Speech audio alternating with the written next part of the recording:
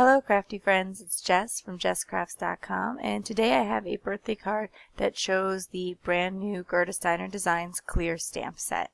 I love Gerda Steiner images. You've seen a lot of them here, and you know she does digital stamps and she's done some rubber stamps, but here is her very first clear stamp set, and I think she's added a lot of really interesting, unique things to it. She's really taken advantage of the fact that it's a clear set and thought about how that could enhance the stamp set. With rubber stamps, they give the great quality impressions, but because you can't see through them, it makes it a little bit harder to add certain elements, and so I'm not sure this set would work quite as well as a rubber stamp set, and I wanted to show you the really awesome features that she's included to take advantage of this clear stamp feature. So with these numbers in the stamp set, they can be used as balloons or candles. And I thought that was really clever to give you a lot more bang for your buck, because you could create two completely different looks with all of the numbers, and you can really customize these to particular occasions. And so here you see on the left, I used the wick and flame to stamp the two as a candle, and on the right I turned it into a balloon by stamping the little balloon tag. So when you first see the stamp set, it might not be super obvious what those little tiny squiggles are, but it is in fact what you could add to the numbers to make the balloon. And then of course she has the balloon string that you could add there. Besides being able to turn the numbers into balloons or candles, these balloons and candles will also interact with all the elements of the set. So you see that hat can be added to either critter if it's perfect right here on the turtle. And I'm stamping this all with My Favorite Things Black Licorice Hybrid ink because I will be doing some Copic coloring. But I wanted to show you how you could take just that turtle, and he could be great for something that had nothing to do with birthdays, and then you could add the birthday hat when you do want to make him a birthday image. The cupcake fits perfect on his back. You don't have to use everything separately. They can be combined together and used separately. And I think that that's really key with clear stamps, is to be able to do a lot of different things with them. And so I've stacked up the turtle with the hat, with the cupcake, with the one with the flame. And so I get all of those little sets to come together to make this really awesome turtle with cupcake on his back image, rather than that being all one stamp and you not having that versatility with it. I wanted to stamp a little gathering of balloons because I want to also take advantage of using the one as a candle and a balloon. And so I'm going to be doing some masking. I took some Ink-a-Dink-a-Doo stamping mask paper, and I have cut 2 masks with the balloons, so that way I can start layering balloons in between each other balloon. So I stamped one balloon, covered it with a mask, stamped the next balloon, covered that with a mask, and then I can stamp a third balloon, and they will all appear to be one behind the other a little bit. I'm also cutting out a mask for the one, although in the end I really don't need it because I'm able to stamp a balloon around it yet still look behind, like still have the balloon look that it's behind the one shaped balloon. And when playing with the stamp set, I also noticed that you can have it so that the numbers fit perfectly inside the balloon. So if you're just using one number, instead of making the number itself into a balloon, you could simply make it look like the number image is stamped onto the balloon. And again, it gives you just a little bit more options in terms of versatility. So you see that I'm continuing just to move those masks around. I kind of thinking of this image as like 2 friends meeting up for a party, one who is bringing the cupcake and one who is bringing the stack of balloons to their friend who's turning 1 year old today. I'm also using the sentiment. I really love pun sentiments, and this one is "Hope your day is turtly great." Now, because I'm trying to show all the different images in the stamp set, I am not going to show most of the coloring today.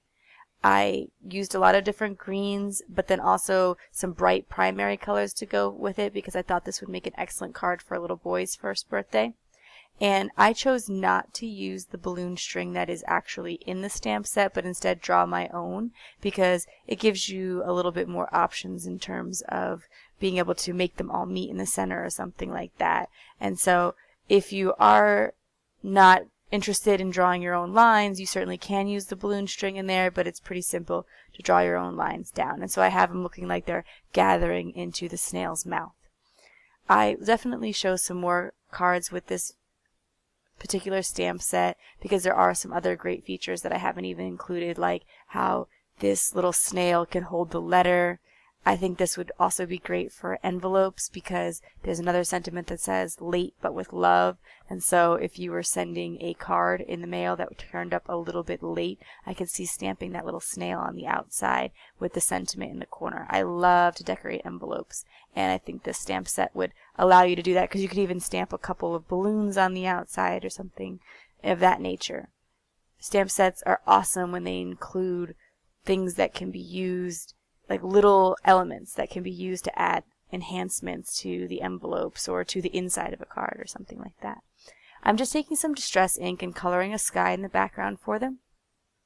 I used a small finger dauber from Sukaneko to create or to come in with that blue color, but also the larger foam pad from Ranger that goes on the mini ink blending tool, so that way I could get the larger areas and then come in with the detail areas there. I did mess up stamping that turtley great sentiment earlier, and so I'm going to stamp it on some cardstock off to the side there, and I will be layering some cardstock banners over where I've stamped the sentiment, and I'm going to be making it a happy birthday card by adding a happy birthday from a different stamp set. I did not have the exact color of red cardstock to layer this panel onto, and so you see there that I just took a Copic marker and scribbled on all four edges and basically created my own custom colored paper. And I'll be doing the same thing with the sentiments here. Rather than trying to find a green piece of paper that matches exactly with my coloring, I'm just going to take the markers that I colored with before and use them to color in these two sentiment banners. And so I am using some yellow and green to kind of balance out the colors. Right now there's a lot of green on the bottom of the card, and I want to just kind of bring it up to the top of the card, and so that there's more of like a visual triangle of it with that balloon. And so I've placed those banners down, stacked them, and I turned it over and trimmed it off. I'm looking for one more detail, and I want to add some grass underneath the turtle and snail. This is actually partly to cover up a mistake because when I was applying the ink, I was not being as gentle as I should have and bent up the panel that I did all of my Copic coloring on, and in an effort to make sure that that looks as good as possible, I'm going to cover up those little bent bits at the bottom by layering on some grass. Again, I'm just going to color a custom sheet of green paper, and for two reasons. One, because again it just helps me to make sure that my match is exact, but also because then I can add a little bit of interest in it and go from dark to light with the grass and just make it look kind of more cohesive with all of the other Copic coloring that I have going on. The panel that I did most of my stamping and coloring on is cut with a Lawn Fawn stitched rectangle die, and I want to make sure that I get that same look with the grass. So first I cut the grass with the grassy border die from Lawn Fawn, and then I taped it with some washi tape into the stitched rectangle die and ran it through my die cut machine again. And so that way that stitching detail is even on this little tiny grass strip that I'll be adding to the bottom. I think it's just one little thing that really makes that extra touch and really adds to the attention to detail of the card. And so once I layer that on, my card will be finished. I'm just going to mount it onto a white card base. I hope that this kind of gives you an idea of all the fun different little additions you can use, or little ways you can build up the stamps in this particular stamp set from Gerda Steiner. I'm so excited that she's come up with some clear stamps, and I think that it will appeal to a wider audience. Not everyone knows how to use digital stamps or feels comfortable with their printer, but now everyone can get their hands on her adorable, whimsical designs, and this is an awesome, versatile first stamp set. And so I'm going to leave you links to this stamp set in the video description below if you want to check it out. And I'll also leave you links to other products that I've used. If you like this video, please give it a thumbs up. If you're interested in seeing more crafty videos, you can subscribe to my channel. Thanks for watching. Bye.